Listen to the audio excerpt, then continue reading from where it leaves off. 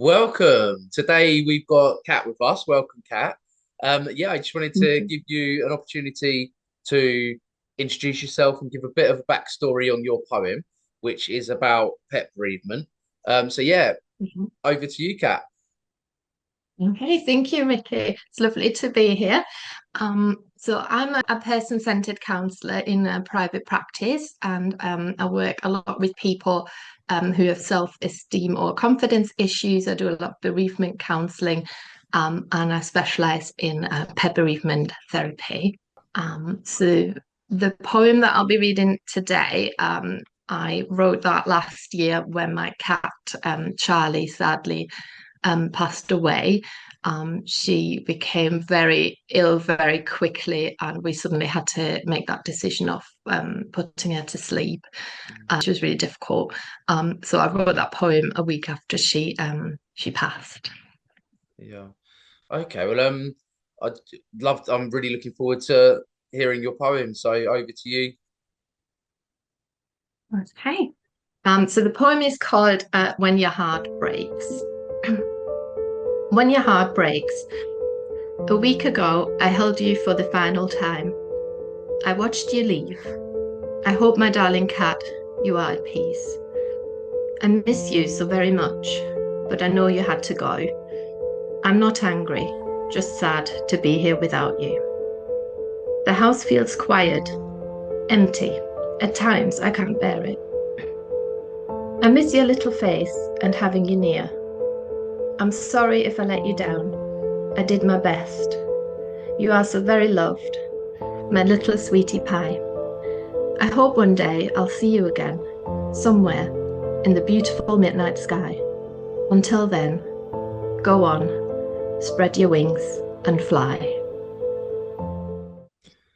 Thank you, Kat. That was beautiful. I can really hear how much the cat meant to you, and also something in there of wondering if you'll see each other again as well. Yeah, yeah, yeah. Because a lot of it is sort of comforting, isn't it, to think maybe that you would see, see loved ones again, or you Mm, know, meet them again somewhere in a different life, or yeah, in heaven, or whatever your beliefs are, of course. yeah, yeah. And there's something in there as well of blame. I can't remember the exact line you said, but of I hope Yeah. I done you proud. Yeah, because I think a lot of what happens is because obviously it's a very unique decision, isn't it? And that you have to make, and obviously you make it because you want to spare your pet suffering. Mm, But you always worry about, did I get it wrong? Was it too soon? Should I have done more? Um, what happens a lot is that you experience feelings of guilt. Because it's irreversible, isn't it? Once you make that decision, you unmake it. yeah, yeah, and it's also something you do in your role. You said you work with pet bereavement as a counsellor. I do, yes. Yeah.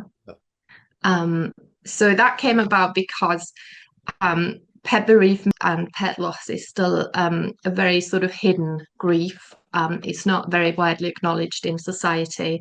A lot of the time, people are very dismissive. So people who do lose their pets and are grieving, they often feel like they can't show that they're grieving or acknowledge their grief. They might feel like they shouldn't be feeling that way because it's only a dog or it's only a cat. That's why I decided to specialize in pet bereavement because, a lot of people do have pets and it's a very, um, unique relationship and our pets mean a lot to us. So why wouldn't you feel devastated and heartbroken? Your pet dies. So yeah, there's something around disenfranchised grief, I think is the official term. Um, Yeah. And there's a lot of the responsibility, almost you're almost a parent to your pets in my experience.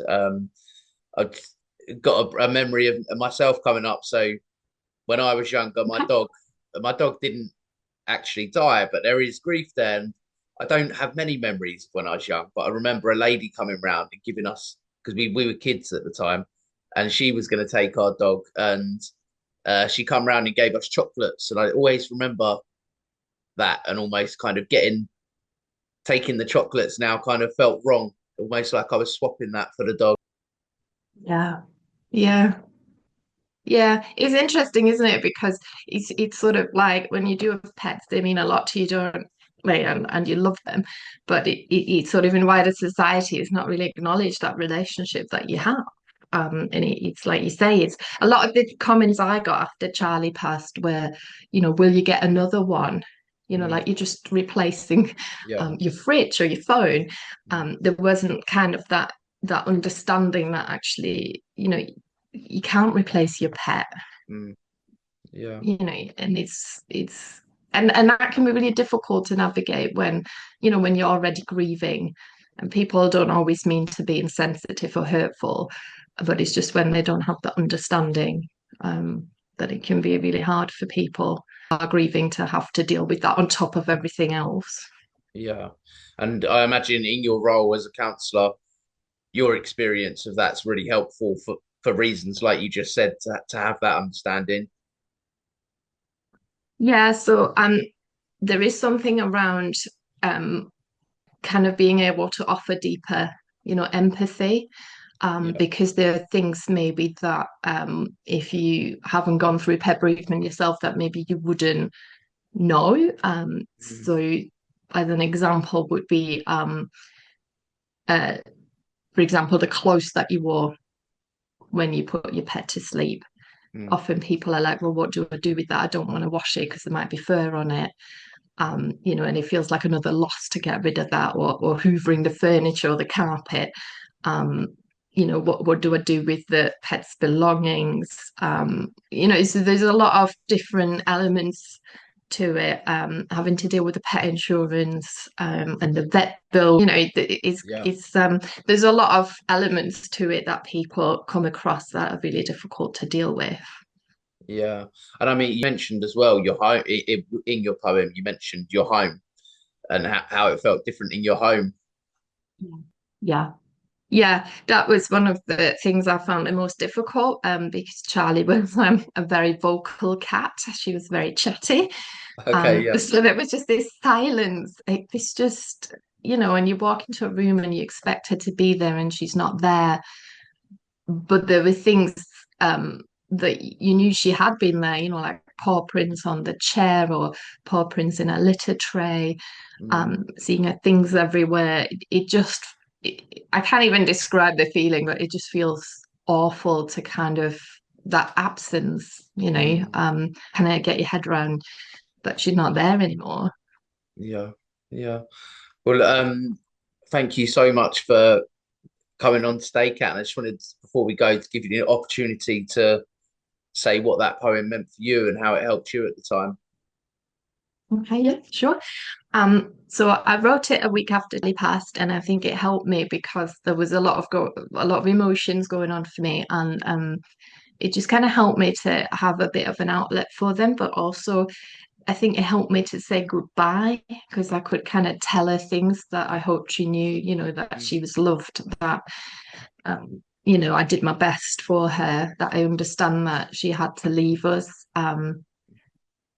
Because I didn't want, and this might sound strange, but I didn't want her to feel like I might be upset that she had to leave. Um, I think it just helped me, I guess, a bit of closure, maybe. Even though, we're still really grieving and probably still am grieving now, but at the time it just felt like, oh, a way to kind of express to what I was feeling, if that yeah, makes sense. absolutely. Yeah, to get it from outwards from being inside, but also a way of communicating with her as well. Absolutely. Yeah. Yeah. Yeah. Well, thank you so much for coming on today, Kat. It's been a pleasure, and yeah, I'm glad to hear how writing the poem helped you. And yeah, all the best for the future. Thank you so much, Ricky. Thank you for having me.